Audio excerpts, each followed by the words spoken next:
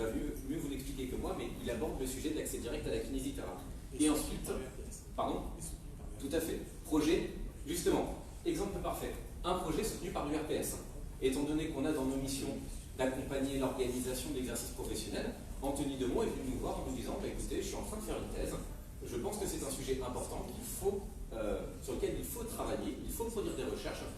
Le bureau de l'URPS, donc les élus, ont pris la décision de soutenir, que ce soit sur un plan financier ou sur le plan de la communication, ce projet-là. Donc voilà un exemple d'étude. Et donc ensuite, pareil, tout à l'heure ça fonctionnait très bien, donc j'espère que ce sera toujours le cas tout à l'heure. On sera en connexion Skype avec lui. Donc Anthony est actuellement au Liban pour des obligations professionnelles, mais il s'est accordé un temps pour pouvoir répondre à vos questions.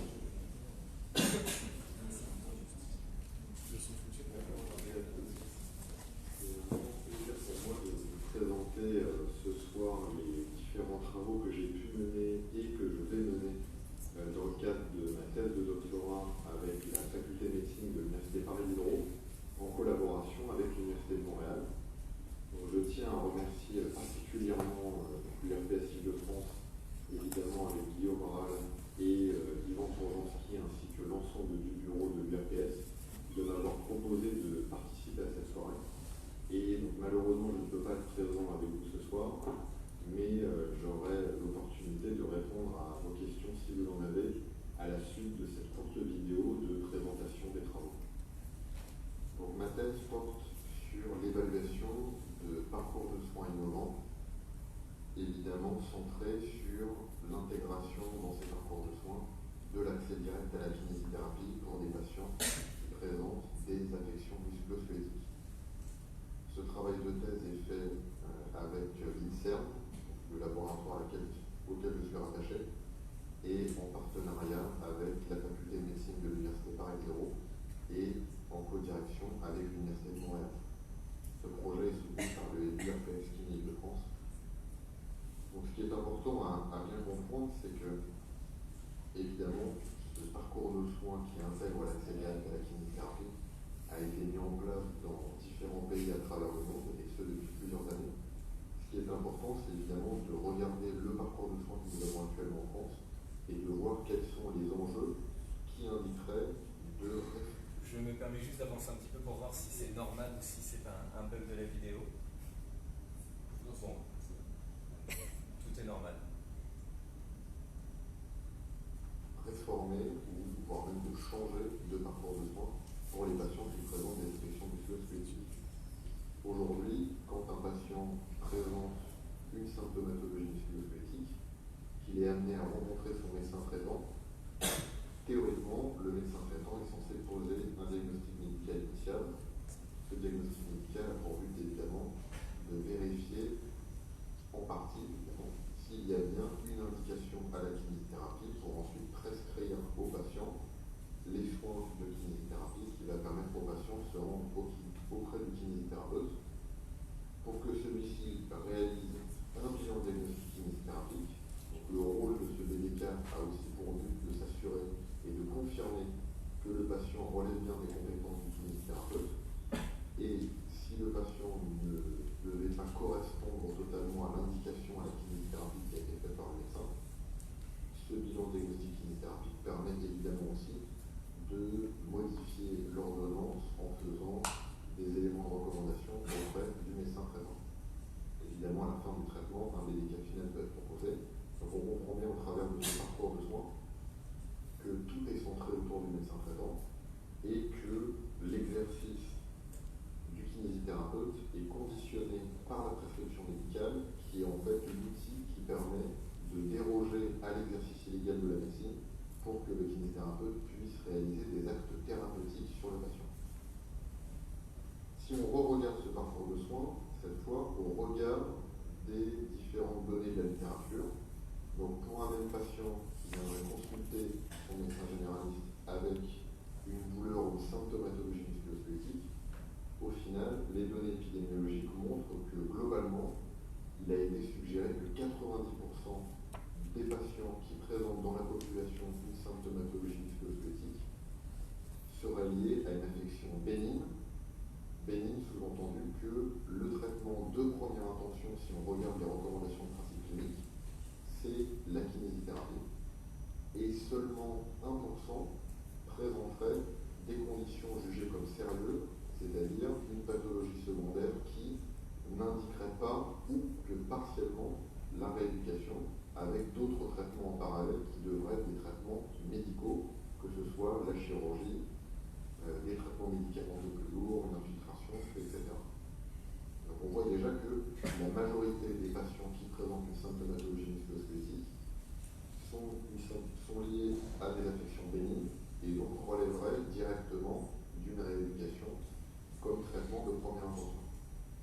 Autre élément important, il y a maintenant différentes études, particulièrement faites aux États-Unis, qui ont montré que la validité des hypothèses diagnostiques posées par le médecin généraliste pour des patients qui présentent des affections musculo-squelettiques, au final que cette validité diagnostique est faible et que le médecin généraliste a tendance à poser des diagnostics erronés et ce de manière fréquente par rapport aux recommandations évidemment de pratique clinique, mais surtout les orientations thérapeutiques que le médecin généraliste a tendance à proposer à ses patients est souvent basée sur des surconsommations médicamenteuses, donc plutôt à tendance à prescrire des médicaments et à prescrire aussi beaucoup d'examens d'imagerie au regard des recommandations de pratique clinique qui sont proposées pour ce type de symptomatologie.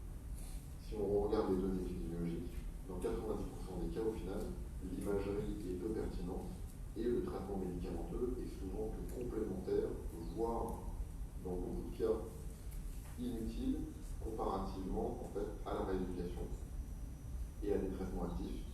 Et les examens d'imagerie seraient pertinents en fait, pour les 1% de conditions sérieuses. Donc au final, on se rend compte que évidemment, ça entraîne beaucoup de dépenses de santé, mais il y a toujours évidemment des réflexions qui sont faites par rapport à ça. Ce n'est pas la faute directement des médecins généralistes qui posent des diagnostics erronés, c'est que c'est lié directement à leur niveau de formation que la formation des médecins généralistes est relativement pauvre sur la prise en charge des affections musculo-squelettiques et particulièrement des douleurs de l'appareil locomoteur et donc du système musculo-squelettique. Puisqu'ils ont tendance souvent au travers de leur formation à se focaliser sur la pathologie secondaire, donc plutôt sur les 1% de conditions sérieuses. Ce qui veut dire que ça entraîne au final, au travers de la prescription, un transfert implicite de la formulation du diagnostic par le kinésithérapeute pour pouvoir justifier que ce référencement, ce réadressage, cet adressage tout court plutôt, du médecin généraliste au kinésithérapeute permet bien pour le kiné de justifier que le patient relève bien de ses compétences. Évidemment, on peut bien poser la question de l'intérêt de la prescription finale, en sachant que toutes les études qui ont montré que le kinésithérapeute, lorsqu'il est accessible directement pour les patients qui présentent des affections musculo-squelettiques, il est amené, au travers de son évaluation initiale, des recommandations de triage, donc s'il y a besoin de le référer ou non à un médecin spécialiste ou un médecin généraliste, et des options thérapeutiques que le kiné va proposer, qu'il y a moins de consommation d'imagerie, moins de médicaments, et souvent avec une efficacité qui est similaire comparativement à la présence d'une prescription, c'est-à-dire qu'il n'y a pas de perte de chance pour le patient. Évidemment, ça implique que le kinésithérapeute ait le niveau de formation suffisant pour pouvoir référer le patient en cas de suspicion de conditions sérieuses. Pour pouvoir évaluer évidemment ce nouveau modèle de parcours de soins, et particulièrement avec le système français, il y a besoin au final de réaliser des études qui portent sur les 4 dimensions du système par rapport aux patients, par rapport à la demande de soins. Est-ce qu'au final, le modèle de parcours de soins qui intègre l'accès direct à la kinésithérapie répond à une demande de la population de pouvoir directement accéder à ce type de service? Évidemment, on peut se poser la question comparativement au chiropracteur, à l'ostéopathe et au système visuel avec le médecin généraliste. D'évaluer évidemment la comparaison entre les médecins généralistes et les kinésithérapeutes en matière de sécurité et pour les kinésithérapeutes d'efficacité. Et enfin, pour le système de santé de manière générale, de s'assurer que c'est un modèle efficient et évidemment qui propose, on pourrait proposer avec ce parcours de soins un modèle médico-économique qui montre que le coût-bénéfice présence de l'accès direct plutôt que le parcours visuel avec et centré surtout sur le médecin présent. Les études qui sont en cours et qui sont planifiées pour le futur dans le cadre de cette thèse, la première étape évidemment a été de réaliser une revue systématique de l'impact de l'accès direct en physiothérapie comparé aux soins usuels pour les patients atteints d'infections musculo-squelettiques. Cette revue est terminée et a été soumise à une revue avec comité de relecture, donc indexé sur PubMed, et on attend la publication d'ici peu. On s'est aussi intéressé à évaluer le modèle actuel pour pouvoir mettre en évidence aussi les difficultés que présente ce modèle. Et une étude qui a débuté porte sur l'analyse qualitative des dossiers médicaux, mais particulièrement des prescriptions de kinésithérapie proposées par le médecin généraliste en soins de ville à des patients. Et donc d'évaluer aussi évidemment si ces prescriptions sont pertinentes par rapport au type d'adressage qui est réalisé entre le médecin généraliste et le kinésithérapeute. D'un point de vue prospectif, en vue d'évaluer l'intérêt d'implémenter ce type de modèle de soins qui intègre l'accès direct, évidemment, il y a une étude en cours sur l'acceptabilité du modèle par les patients. Donc, comparativement aux autres services existants, ça rejoint ce que je vous ai dit tout à l'heure sur est-ce qu'un patient présentant une douleur du genou, une douleur de dos, une douleur d'épaule serait amené à vouloir consulter en première intention un kinésithérapeute ou un ostéopathe, ou un chiropracteur, ou un médecin généraliste. La deuxième étape est évidemment de vérifier si le kinésithérapeute est sécuritaire pour le patient, c'est-à-dire est-ce que les hypothèses diagnostiques qu'il formule et les recommandations de triage sont amenées à mettre en danger un patient qui présenterait une symptomatologie musculo-squelettique, mais qui serait causée par une pathologie secondaire, c'est-à-dire le 1% qui a été estimé dans la littérature, qu'on a vu ensemble tout à l'heure. Donc il faut que le kinésithérapeute soit capable d'identifier ce faible pourcentage, mais qui est quand même présent dans la population. Et donc il y a une étude pour laquelle nous attendons en fait une réponse de financement et qui est soutenue aussi par les sociétés françaises de physiothérapie. Cette étude vise à évaluer la performance diagnostique d'une population de kinés comparativement à une population de médecins généralistes, le tout comparé à un gold standard, c'est-à-dire un comité d'experts, de spécialistes, puisqu'on sait très bien que les médecins généralistes font un diagnostic qui est plutôt mauvais, et donc ce serait bien de ne pas mettre en évidence au final que les kinésithérapeutes font un diagnostic équivalent, il y a une sécurité équivalente aux médecins généralistes, puisque sinon ça voudra dire qu'on est aussi mauvais que les médecins généralistes.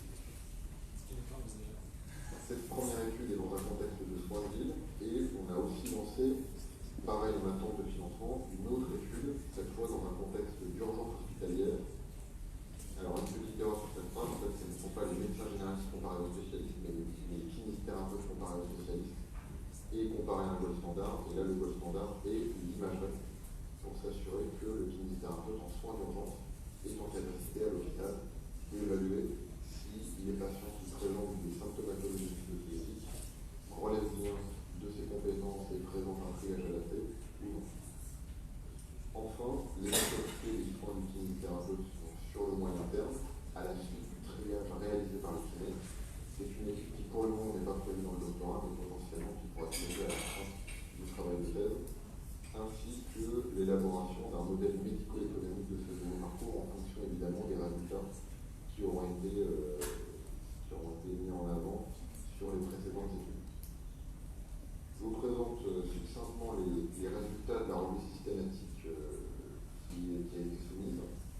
Donc comme vous le voyez, pour les différents outcomes qu'on avait intégrés dans la revue systématique, que ce soit l'efficacité de l'accès direct en matière de douleur, de fonction et de nombre d'événements indésirables auprès du patient, ou des dépenses de santé, et évidemment de l'utilisation, que ce soit du soin, que ce soit les traitements pharmacologiques, le recours à l'imagerie, mais aussi du nombre de visites et du délai d'attente et de la satisfaction des patients. Tout ça met en évidence qu'il y a relativement peu d'études contrôleurs randomisées. C'est la raison pour laquelle les recommandations tournent entre B et C, même si depuis 5 à 10 ans, il y a de plus en plus d'études qui commencent à voir le jour et qui sont de qualité méthodologique élevée, permettant progressivement de renforcer les preuves en faveur de ce modèle de soins et globalement différentes études ont été réalisées aux États-Unis, au Canada, en Italie, pour quelques-unes, en Suède, de plus en plus, et au Royaume-Uni. Pour conclure, la balle, en fait, elle est collectivement dans notre camp, c'est-à-dire que ce n'est pas évidemment un travail individuel, mais c'est collectivement qu'on doit se saisir de ce sujet, et pas juste en répétant qu'il faut l'accès direct, etc., mais au final, mettre en évidence des preuves qui justifient l'implémentation de ce nouveau parcours de soins. C'est-à-dire, évidemment, il y a une part scientifique en menant des études qui permettent de montrer que ce modèle semble être plus pertinent et plus efficace et efficient pour notre système comparativement au modèle existant, mais surtout d'utiliser tous les dispositifs à notre disposition qui permettent de mettre en place des expérimentations. Ces expérimentations ont largement été investies par les infirmières, ce qui est très bien, mais les kinésithérapeutes, malheureusement, ne se sont pas saisis de ces outils. Il y a deux outils, les protocoles de coopération pour permettre des délégations de tâches, des transferts de compétences entre, par exemple, les médecins généralistes et les kinésithérapeutes pour des compétences qui viseraient à permettre de voir en accès direct des patients, donc via la loi Hôpital, Patient, Santé, Territoire. Et plus récemment, en 2018, l'article 51 de la loi de financement de sécurité sociale permettant des innovations en santé et surtout des innovations d'un point de vue tarifaire. Et évidemment, c'est des protocoles à monter qui doivent se faire à l'échelle locale pour mettre en place des expérimentations locales. Et si elles mettent en évidence un intérêt, elles peuvent progressivement s'étendre. Un dernier point que je souhaitais aborder, c'est évidemment le fait que l'accès direct et les pratiques avancées en kinésithérapie posent la question de générer des formes de différenciation entre différents professionnels au sein de notre profession, donc différents kinésithérapeutes. Et à mon avis, en fait, c'est déjà existant, c'est-à-dire qu'il y a des kinésithérapeutes qui ont fait le choix de vouloir rester généralistes, donc d'avoir différents types de pathologies à prendre en charge, des patients qui ont différentes affections, pas que musculo-squelettiques, et des kinésithérapeutes qui ont souhaité se spécialiser et donc approfondir leurs compétences dans un domaine bien précis. Cette question, elle se pose dans beaucoup de pays aujourd'hui, c'est-à-dire, est-ce qu'il faut réserver l'accès direct à une population plus précise par rapport à l'ensemble des kinésithérapeutes? C'est une question qui est posée par plusieurs États aux États-Unis, de vouloir par exemple réserver l'accès direct à des kinésithérapeutes diplômés, mais avec une expérience clinique d'au moins 3 ans, et voire même d'autres États demandent d'autres critères, d'autres conditions particulières. Pour autant, le Canada et le Royaume-Uni, eux, mettent en place l'accès direct pour tous les physiothérapeutes. Même principe pour la pratique avancée, c'est-à-dire d'être en capacité d'avoir des kinésithérapeutes qui ont des compétences étendues et avancées dans un domaine, dans un champ bien précis, dans un champ clinique précis, dans le but de permettre de participer à des équipes multidisciplinaires pour prendre en charge particulièrement les pathologies complexes avec de multiples comorbidités, avec des facteurs psychosociaux importants, etc., qui sont souvent compliqués à prendre en charge de manière isolée quand on est un kinésithérapeute dans son cabinet où on ne travaille pas forcément en réseau ou en équipe multidisciplinaire. Et donc ça se développe énormément, que ce soit à l'hôpital ou dans des équipes de soins multidisciplinaires, que ce soit des maisons de santé ou des centres de santé dans beaucoup de pays. Et il faut absolument qu'en France on se saisisse aussi de ce sujet, puisque ça permettrait de valoriser les compétences avancées du kinésithérapeute dans certains domaines. Donc évidemment, ce n'est pas un jugement de valeur, ce n'est pas juger qu'il y a différents niveaux de professionnels, mais c'est juste qu'il faut répondre à la demande de la population, que ce soit une demande d'affections bénignes ou d'affections plus complexes pour lesquelles il faut participer à une équipe multidisciplinaire pour être sûr qu'on puisse traiter le patient. Je vous remercie et si vous avez des questions, n'hésitez pas. Je vous présente les deux directeurs de thèse, donc Aurélie Bourmont qui est médecin de santé publique et François Desmeules qui est physiothérapeute, et donc les deux sont enseignants-chercheurs, que ce soit l'une à l'Université Paris-Diderot et l'autre à l'Université de Montréal. Merci Anthony.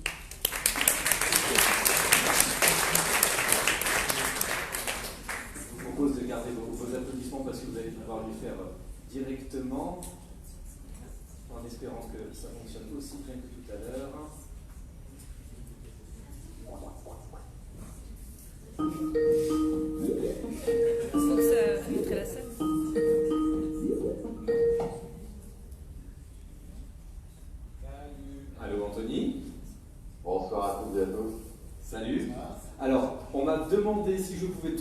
ordinateur pour que tu vois la salle, je pense que ce serait relativement périllé, qu'on serait capable de couper toute communication tellement les fils sont étirés.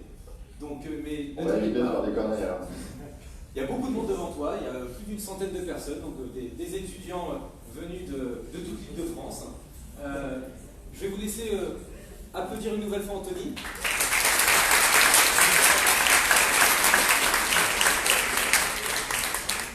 Merci beaucoup pour ta présentation qui était claire et limpide.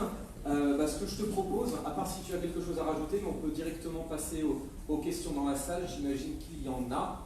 Et s'il n'y en a pas, j'en ai une personnellement en réserve.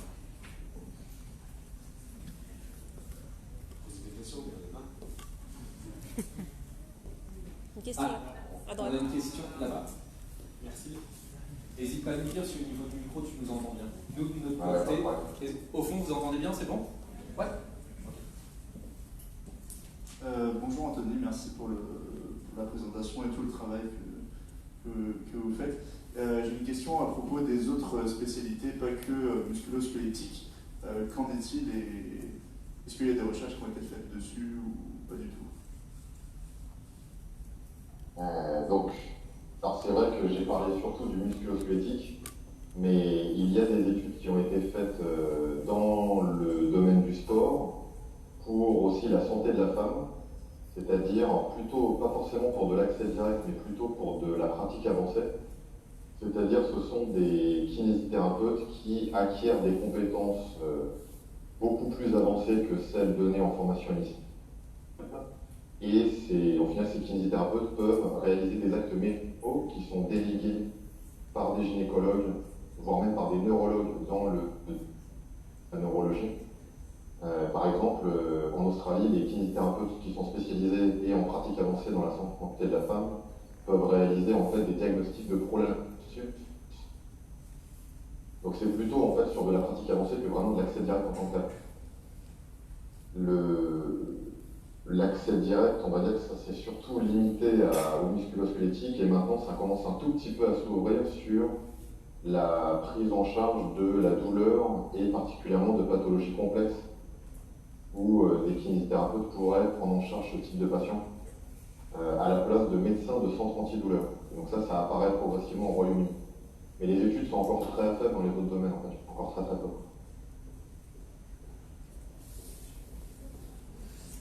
Merci Anthony. Est-ce que vous avez une autre question?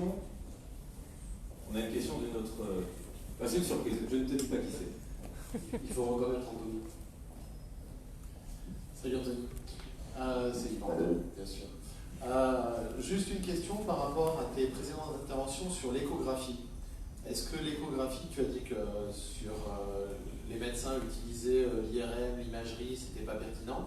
Est-ce que dans ton étude d'accès direct, tu intègres le fait que les kinésithérapeutes peuvent utiliser l'échographie comme moyen de diagnostic et donc de ce fait-là être pas prescripteur d'imagerie, mais utilisateur de nouveaux outils qui sont mis à notre disposition et qui peuvent être pertinents alors que le médecin généraliste ne l'utiliserait pas? Ou c'est le cas aux urgences par exemple, où on dit qu'aujourd'hui l'échographie aux urgences, pour les infirmières par exemple, elles l'utilisent pour voir si les vessies sont pleines ou pas. Je veux dire, donc sur le modèle que tu prévois éventuellement avec le kiné salarié, l'utilisation de l'échographie, on dit qu'aujourd'hui c'est le stéthoscope d'hier. Est-ce que tu l'intègres ou pas du tout? Pour faire le lien avec ce que tu nous as déjà montré par le passé. Alors, dans les premières études qu'on est censé réaliser sur la sécurité diagnostique, c'est pas prévu pour le moment qu'on intègre en tant que tel tous les outils d'évaluation qui seraient plutôt des évaluations complémentaires. Mais par contre, ça va faire partie des deux dernières études qui étaient en italique sur une des diapos des études planifiées. C'est-à-dire que l'étude sur l'efficacité des soins, là on va devoir évaluer l'ensemble des outils qu'utilise le kiné pour pouvoir aussi mettre toutes les chances de son côté pour poser le bon traitement pour le patient à partir des différentes hypothèses diagnostiques qu'il aura élaborées à la base. Donc ça va faire partie de l'étude sur l'efficacité des soins. Merci. Je vais en profiter Anthony pour poser ma question. Alors elle peut paraître un peu absurde, mais en même temps c'est une question qu'on se pose beaucoup. Quand on parle d'accès direct, peut spontanément penser au fait que, bah oui, mais il y a peut-être une profession qui ne serait pas très encline à nous autoriser la mise en œuvre de l'accès direct, c'est la profession médicale. Mais j'imagine que dans ton travail, ce sont des professionnels avec qui tu travailles justement. Donc, quel est l'avis des médecins avec qui tu travailles sur ce sujet? Est-ce que tu as plutôt une réticence et ils font attention entre guillemets à ce que tu fais, ou complètement l'inverse, c'est-à-dire, bah non, ils se rendent compte qu'il y a peut-être une opportunité à saisir sur ce sujet-là? Alors, l'initiative a été un peu différente en fonction des études, c'est-à-dire que, alors, ce qui me paraît pas forcément étonnant, mais les médecins hospitaliers sont plutôt favorables à ce type de parcours de soins et ont plutôt tendance à avoir des bonnes relations avec des kinés. Et souvent, en tout cas, si on prend l'exemple des médecins hospitaliers qui ont été intégrés dans le comité d'experts pour l'étude où on compare la sécurité diagnostique médecin généraliste versus kiné, en fait, les médecins hospitaliers étaient hyper contents de participer à l'étude parce qu'eux-mêmes avaient des très bonnes relations avec des kinés et trouvaient que de manière générale, les kinés avaient un meilleur triage et une meilleure orientation des patients comparativement aux médecins généralistes. Et en sachant que ces médecins hospitaliers, c'est 3 chefs de service, un interniste, un rhumatologue et un chirurgien orthopédique. Donc au final, ça donne quand même plutôt une image positive, évidemment, de notre profession, même si c'est pas évidemment généralisable. Il y a des mauvais dans toutes les professions et il y a des personnes qui se forment, etc.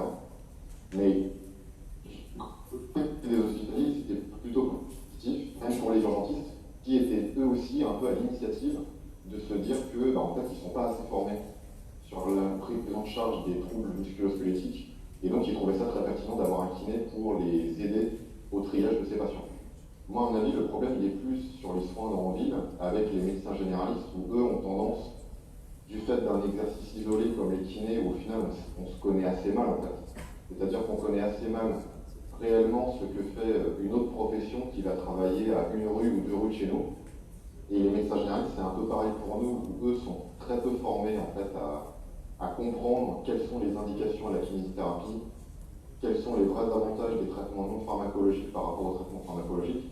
Donc c'est vrai que les médecins généralistes, ça a été un peu plus dur d'en identifier qui étaient motivés au début pour participer au projet. Mais pour l'instant, on en a trouvé quelques-uns qui souhaitent y participer. Mais c'est vrai que c'est plutôt des médecins généralistes qui font partie de la jeune génération, c'est-à-dire qu'ils sont amenés à se rendre compte aussi beaucoup, même si ce n'est pas unique pour la jeune génération, que la formation de médecin généraliste, elle ne permet pas d'avoir tous les outils pour prendre en charge la douleur, prendre en charge les affections musculo-squelettiques courantes, où ils ont plutôt tendance à penser qu'ils sont meilleurs pour prendre en charge le diabète, les hypertensions artérielles, d'autres pathologies ou d'autres troubles, plutôt que les affections de l'appareil locomoteur. Et on a quand même eu des échos plutôt positifs pour le moment. Ok, merci beaucoup. Donc Anthony, une autre question, Michael Lévent. Sur le sujet, d'abord juste pour rebondir sur ton propos, est-ce que tu es allé chercher dans la médecine du sport? Parce qu'il y a quand même une habitude de coopération et de coordination qui est très différente dans la médecine sportive avec les médecins généralistes orientés médecine du sport et on va dire sur les médecins généralistes un peu plus classiques. Alors ça c'est pour réagir à ton propos. La deuxième chose, c'est que je trouve que ton travail est très pertinent et c'est très intéressant. Et j'en viens à ma question, c'est quand est-ce qu'on va avoir les résultats? Donc pour la première remarque, dans l'étude, on a prévu d'intégrer des médecins généralistes et des médecins du sport travaillant en libéral, parce que c'est vrai qu'ils ont on va dire, un intérêt plus important que les médecins généralistes pour les pathologies musculo-squelettiques. Donc ça, on a prévu d'en recruter aussi pour évaluer s'il y a une différence par rapport à la concordance diagnostique entre médecins généralistes comparativement au kiné, médecins du sport comparativement au kiné, et ces différentes populations comparées à notre gold standard qui est le comité d'experts. Donc ça, c'est vrai que les médecins du sport, ça nous a semblé aussi pertinent de les intégrer. Donc c'est vrai que ça, c'est clair que c'est important de les prendre. Les résultats, là en fait, les 2 études qui nous semblent les plus importantes dans un premier temps sur la sécurité de cette évaluation initiale qui pourra être réalisée par le kiné, des études qui sont prévues sur 1 an, C'est-à-dire que si là, on attend les réponses pour les financements au mois de juin de cette année, donc si on obtient les financements, en fait, on pourra lancer l'étude, je pense, au plus tard en novembre de cette année. Donc logiquement, d'ici fin 2020, au maximum, on devrait avoir les résultats. Et pour les études sur l'acceptabilité du modèle par rapport aux patients et sur tout ce qui est analyse qualitative des prescriptions, ça normalement on aura les résultats dès décembre 2019 ou janvier 2020, je pense.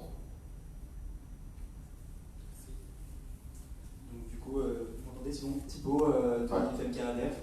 On s'est déjà contacté vu que je voulais faire un mémoire là-dessus, mais je n'ai pas eu le droit de continuer. C'est par rapport en fait à cette nuance que j'ai découvert en faisant mes recherches, c'est que légalement on a déjà le droit de venir en accès direct, c'est-à-dire quand il n'y a pas de présence de corps médical. On a le droit d'exercer en urgence et d'être pris en charge par la sécurité sociale. Et deuxièmement, aussi chez les kinés du sport, on les voit intervenir au bord du terrain sans du coup prescription, j'ai jamais vu de prescription au bord d'un terrain. Et du coup, où on en est en France, étant donné qu'on a le droit de faire ça d'un côté, mais dans l'autre sens, non. Ce qui est sûr, c'est que le cadre juridique de l'action d'un kiné dans un contexte d'urgence, il n'est pas encore très clair de toute façon, tout simplement parce que ce qui a été évoqué de toute façon pour la prise en charge par l'assurance maladie, c'est qu'il y ait évidemment une prescription qui rende légal les actes thérapeutiques réalisés éventuellement par le kiné, même si c'est a posteriori de l'acte en lui-même. Et donc au final, en fait, c'est pas vraiment un accès direct en tant que tel, c'est un accès direct déguisé du fait qu'il y a quand même au final cette prescription qui rend légale l'activité du kiné.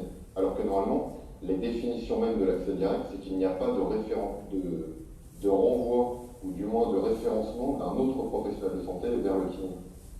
Donc on va dire que c'est un peu c'est une bonne porte d'entrée, même si ce n'est pas un système qui est officiellement établi pour tout type de patient qui présenterait une pathologie musculo-squelettique et qui pourrait directement voir un kinésithérapeute en accès direct, sans passer par un médecin. Et alors je sais que pour le moment, en fait, il y a encore beaucoup de discussions sur l'aspect juridique en fait, de ce cadre. Au final, ce n'est pas totalement établi, même si pour l'instant, le Conseil de l'ordre des kinés a déjà proposé une note juridique pour essayer déjà de faire avancer la compréhension de ce modèle sur les urgences. Et après, c'est vrai que sur la kiné du sport dans le cadre d'une compétition, en fait, la difficulté, c'est que c'est dépendant du niveau de compétition, c'est-à-dire qu'il y a des niveaux de compétition professionnelle qui demandent la présence d'un médecin du sport et d'autres qui demandent juste la présence d'un professionnel de santé. Et c'est vrai que ce n'est pas un modèle qui est encore totalement établi en fait parmi l'ensemble du milieu de la kinésithérapie du sport, où au final le kiné pourrait substituer dans toutes les situations un médecin qui devrait être présent pour pouvoir gérer les traumatismes bénins éventuels, etc. Donc c'est vrai que ce sont des modèles en fait qui donnent l'impression qu'il y a une forme d'accès direct sans prescription, mais au final ce n'est pas des modèles qui sont pour l'instant généralisés et qui ne sont pas encore reconnus officiellement, où le kiné pourrait substituer le médecin sur la prise en charge de troubles musculo-squelettiques. Et c'est vrai que c'est quand même des portes d'entrée, et tu as raison de le dire, que c'est au final des modèles un peu informels qui permettent de toute façon ce type de parcours, un peu de soins pour le patient. Et on se rend compte que par exemple pour les pratiques avancées, c'est la même chose. Il y a certains centres de rééducation en France où il y a des kinés qui réalisent des électromyographies, alors qu'au final c'est illégal actuellement. Mais pour autant, c'est à l'échelle locale où il y a des sortes de transferts de compétences qui se font de manière informelle, non reconnue, mais parce que ça arrange tout le monde de faire gagner du temps aux patients, de réduire la charge de travail du médecin et de pouvoir permettre aussi à un autre professionnel de santé qui est motivé, qui a envie de se former, qui a une compétence particulière, de pouvoir réaliser des actes médicaux habituels. Donc c'est souvent des cadres un peu informels, mais c'est aussi ça l'intérêt, c'est de rendre ça légal, officiel et surtout national, à terme. Merci beaucoup Anthony pour ta réponse. Je vois le temps qui tourne, on peut se laisser, on va dire, un petit quart d'heure. Est-ce que, alors, les mains se sont levées progressivement, donc je sais qu'il y a plusieurs interventions. Est-ce que vous pouvez tous lever la main, ceux qui souhaitent poser une question? Donc je sais qu'il y en a une au fond, 2, 3. Ok, donc ce que je vous propose, on va vous laisser poser les 3 questions et ensuite il y aura une question supplémentaire posée par l'un de nos nos téléspectateurs sur le Facebook Live. Je salue Mathieu Noireau. Il posera sa question tout à l'heure, ou du moins on la posera pour lui. Je te laisse poser ta question. Bonjour, Lucas, étudiant au Muro. Donc, je voulais vous poser la question plutôt par rapport à notre formation initiale. On voit que la plupart des études actuelles sont faites par des pays qui ont des formations initiales plus développées que les nôtres pour la physiothérapie. Est-ce que vous pensez que ces études sont transposables en France et pensez-vous que notre formation initiale devra de nouveau évoluer pour pouvoir permettre cette prise en charge initiale? Alors, je vais faire deux réponses. La première, c'est d'un point de vue de la recherche. Évidemment, mon hypothèse, c'est plutôt que la formation initiale répond aux enjeux de l'accès direct et donc au final que vous tous, étudiants, vous allez acquérir les compétences qui vous permettent d'identifier les patients qui présentent une pathologie grave et donc de pouvoir les réorienter, parce que c'est surtout ces patients-là les plus importants, dans le cadre de l'accès direct. Après, un avis personnel et par exemple toutes les discussions que j'ai pu avoir là au dernier congrès de la WCPT avec d'autres chercheurs qui travaillent sur ce sujet à l'étranger, personnellement, je pense que la formation initiale actuelle ne répond pas encore totalement à assurer une sécurité suffisamment optimale pour les patients qui seraient vus par des néodiplômés.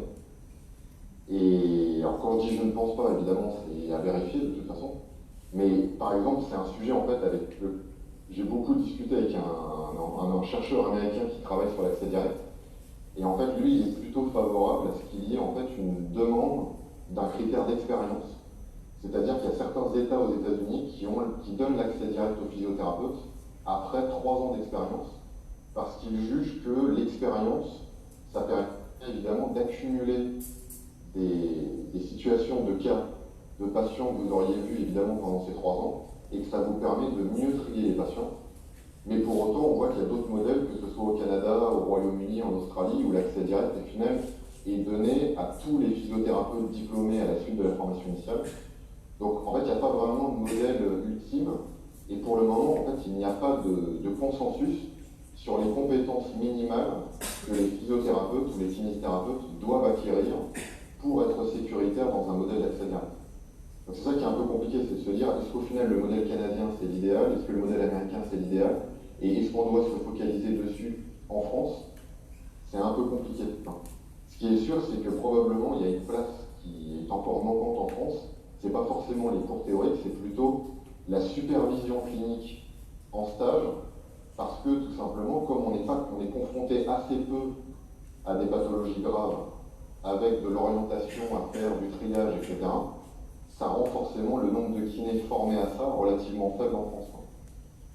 Donc forcément, ça limite aussi la capacité de supervision des étudiants à leur permettre d'apprendre ces habiletés et ces compétences pratiques que vous allez devoir avoir après le diplôme.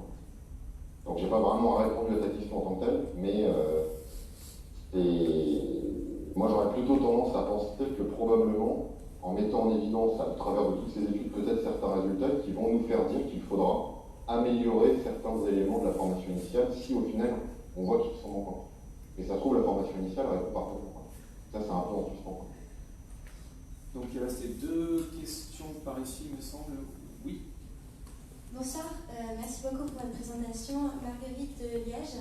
Du coup, pour rebondir un petit peu sur la question précédente vis-à-vis de la formation initiale, vous avez parlé du coup de compétences de 3 ans. Est-ce que vous ne pensez pas que si on faisait une différence entre des kinés qui pourraient avoir une espèce de spécialisation, des compétences supplémentaires et des kinés plus globaux, ça pourrait faire évoluer la profession et la santé en fait, en quelque sorte, entre ces kinés qui ont l'accès direct et ceux qui ne l'ont pas? Et deuxième question, qui déterminerait ça, du coup, puisqu'on est quand même, là on a parlé d'ordre, de syndicat, on a parlé du RPS, du coup, qui déterminerait la différence entre ceux qui ont l'accès direct et ceux qui ne l'ont pas en termes d'administration? Vincent, j'entends déjà, ils vont rigoler derrière. Tu es très fort. Voilà. Donc, pour la première question, ça c'est un avis personnel et c'est un peu la question que je soulevais à la dernière dépôt sur la conclusion. C'est que aujourd'hui, évidemment, le diplôme d'État, il est censé vous donner des compétences généralistes et d'être en capacité de recevoir tout type de patient à partir du moment où ça relève de vos compétences et donc de ce qui vous est autorisé légalement à pratiquer comme type d'acte. La réalité, à mon sens, c'est qu'évidemment, il y a des kinés qui font le choix de se spécialiser dans certains domaines, que ce soit musculo-squelettique, neurologie, kiné du sport ou autre, et certains kinés qui font le choix de rester généralistes. Ça, même si il n'y a pas eu d'études en France, il y a beaucoup de pays qui ont montré évidemment qu'un kiné spécialisé, le traitement est plus efficace, on réduit en fait les coûts de santé, et évidemment en fait on ne peut pas avoir que des kinés spécialisés, sinon en fait si un patient a un symptôme et qu'il n'a que des kinés spécialisés dans d'autres domaines que son symptôme, dans la chorale ou dans la creuse, ça va être très compliqué de pouvoir avoir accès à un soin de manière adaptée et facile. Donc, je pense qu'il y a une réalité en France qui est qu'évidemment, il y a des kinés qui se forment beaucoup, qui font le choix de se spécialiser, et qu'il faudrait progressivement que ces kinés, évidemment, soient valorisés parce qu'ils ont fait le choix de se spécialiser, même s'il ne faut pas que ce soit au détriment des kinés généralistes, qui eux aussi ont fait un choix de rester généralistes. Donc, le système en fait qui a été trouvé, par exemple, au Royaume-Uni ou aux États-Unis, c'est de dire il y a 3 niveaux de kinés. Alors, ce n'est pas des niveaux hiérarchiques, c'est juste des niveaux en fait en matière d'accès aux soins pour les patients. Ce sont les kinés généralistes qui eux sont plutôt en ville et qui vont travailler avec les médecins généralistes en soins primaires pour recevoir tout type de patients. Ces kinés généralistes vont être amenés à travailler en réseau avec des équipes multidisciplinaires, toujours en soins de ville, mais qui composent, dans la composition de ces équipes, il y a des kinés spécialisés qui ne font que du musculo-squelettique, qui font que de la neurologie. Et donc, il y a une collaboration très étroite entre les kinés généralistes et les kinés spécialistes pour déterminer, quand je sens que ce patient il devient un peu trop complexe et que je n'ai pas les compétences pour gérer ce type de patient, je le réfère à un kiné spécialisé. Et ensuite, à l'hôpital, particulièrement par exemple au Royaume-Uni, on a des kinés en pratique avancée, c'est-à-dire que ce sont des kinés qui ont des compétences médicales et qui remplacent en matière de triage et d'orientation les patients qui viennent les consulter à la place d'un médecin. Donc, par exemple, un kiné à la place d'un chirurgien orthopédique pour déterminer s'il faut plutôt faire un traitement conservateur ou plutôt l'envoyer en chirurgie. Donc c'est sûr vraiment des compétences très spécialisées, mais plutôt qui visent à avoir des compétences médicales. Évidemment, les kinés spécialisés, ils ont un avantage financier sur le fait de pouvoir voir certains patients qui ont des pathologies plus complexes, comparativement aux kinés généralistes. Et les États-Unis, c'est pareil. Donc, ça, c'est un modèle qui pourrait évidemment être proposé, mais il faut voir aussi évidemment si ça répond à la demande des patients, surtout, et à un modèle qui pourrait être ajusté avec l'assurance maladie, évidemment. Donc ça, après, on passe à la deuxième question, et au final, c'est une question politique. Donc ça, c'est l'ordre ou les syndicats qui doivent réfléchir en fait à ce type de modèle pour pouvoir valoriser au final l'évolution de notre profession, où maintenant, on n'est plus tous kinés généralistes, mais on a différentes spécialités qui commencent à apparaître, même si le terme n'est pas reconnu en tant que tel et qu'on utilise tout le temps le terme de spécificité, ça met bien en évidence qu'il faut qu'on puisse valoriser ces kinés qui font le choix d'approfondir très nettement leurs compétences dans un domaine bien particulier. Mais ça, malheureusement, je ne peux pas répondre parce que c'est une question politique qui est liée aux syndicats, à l'ordre, etc. Donc on va prendre une dernière question de la salle. Anthony, je t'invite à lire ton messenger juste pour un petit message. Et ensuite, on passera à la question Facebook Live. Bonjour à toi, Anthony, encore merci pour ta présentation. Moi, je me posais la question, en fait, tu ne l'as pas énormément abordé, mais c'est lié à la revalorisation des BDK et du prix en fait, des séances de kinésithérapie. Je pense que c'est directement en lien avec cette question de l'accès direct. Et est-ce que tu ne penses pas que le coût socio-économique pour l'assurance économie, l'assurance maladie derrière, n'est-elle pas en fait un frein à l'accès direct pour les kinésithérapeutes? Alors, c'est-à-dire, qu'est-ce que tu entends par un frein? Qu'est-ce que tu entends par un frein? bien. Non, on lui a volé le micro. Mais il revient. Non, je dis, après, c'est une hypothèse que j'ai eue en fait en t'écoutant, c'est que finalement l'accès direct, c'est aussi pour le kiné une façon de se valoriser et que directement en fait en lien, j'ai fait ce lien avec la revalorisation donc, du coût des séances de kinésithérapie. Et je me suis demandé donc, si finalement, pour l'assurance maladie, ça ne représenterait pas un coût. Voilà. Donc en gros, un coût plus élevé. Un coût plus élevé qui ferait que politiquement, ce serait compliqué d'atteindre notre objectif. Bah, ça c'est sûr, mais tu as raison que la première réflexion, c'est de se dire que si on ouvre un peu les vannes pour que les patients puissent accéder au kiné, et qu'évidemment le kiné aura plutôt un comportement à dire bah, on va augmenter le recours à un traitement kinésithérapique parce qu'au final, épidémiologiquement, il y a quand même beaucoup de patients qui présentent des affections bénignes, c'est sûr qu'on pourrait se dire que ça va augmenter les coûts. Après, ce qu'il faut voir, et c'est ça aussi l'intérêt de faire une étude médico-économique, c'est de vérifier sur le long terme, est-ce que tous ces patients qui seraient vus en kiné directement et, on le souhaite pour la majorité, seraient améliorés uniquement par un traitement conservateur, kinésithérapique, ça permettrait de réduire les coûts un peu secondaires, c'est-à-dire les coûts d'imagerie. Au final, on n'aurait pas besoin de faire ce type d'imagerie pour pouvoir poser le diagnostic, etc. Les coûts pharmacologiques de traitement médicamenteux, les coûts chirurgicaux éventuels et les coûts d'hospitalisation à long terme, puisque ce sont des patients qui au final tomberaient peut-être moins dans la chronicisation et donc seraient amenés à avoir des traitements moins invasifs pour pouvoir les soigner progressivement. Donc ça malheureusement, en fait, il faut qu'on fasse une étude pour vérifier que les coûts sur le moyen et long terme sont plus avantageux pour l'assurance maladie que les coûts sur le court terme qui mettraient en évidence qu'il y aurait un plus fort recours à la kinésithérapie.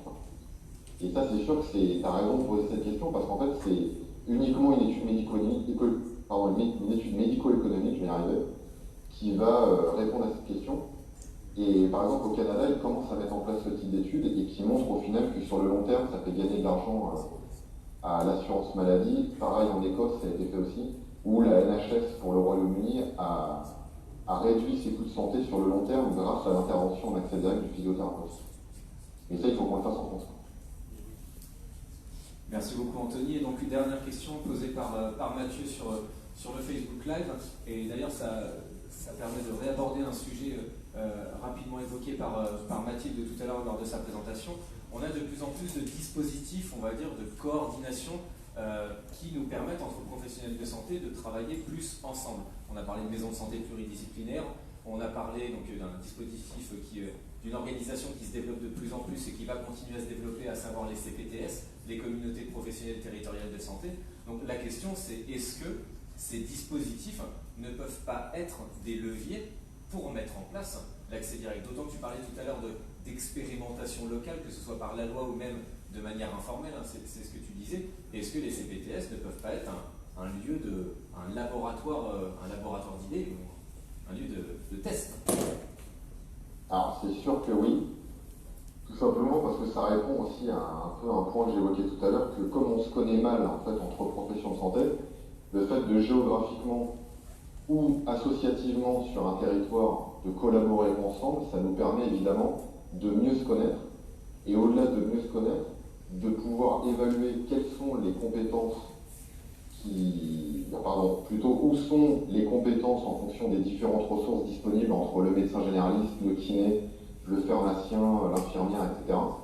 Donc ça c'est sûr que c'est un support qui est très intéressant parce que ça permet géographiquement sur un territoire donné, que ce soit à l'échelle juste d'une maison de santé ou d'un territoire d'une CPTS, de pouvoir vraiment mettre en place des expérimentations, tout simplement parce qu'on se connaît, on a évoqué un peu les compétences de chacun et évidemment les pathologies ou les populations qu'on serait les plus à même à prendre en charge. Donc à mon avis, c'est un levier énorme pour l'avenir de pouvoir développer ce genre de choses.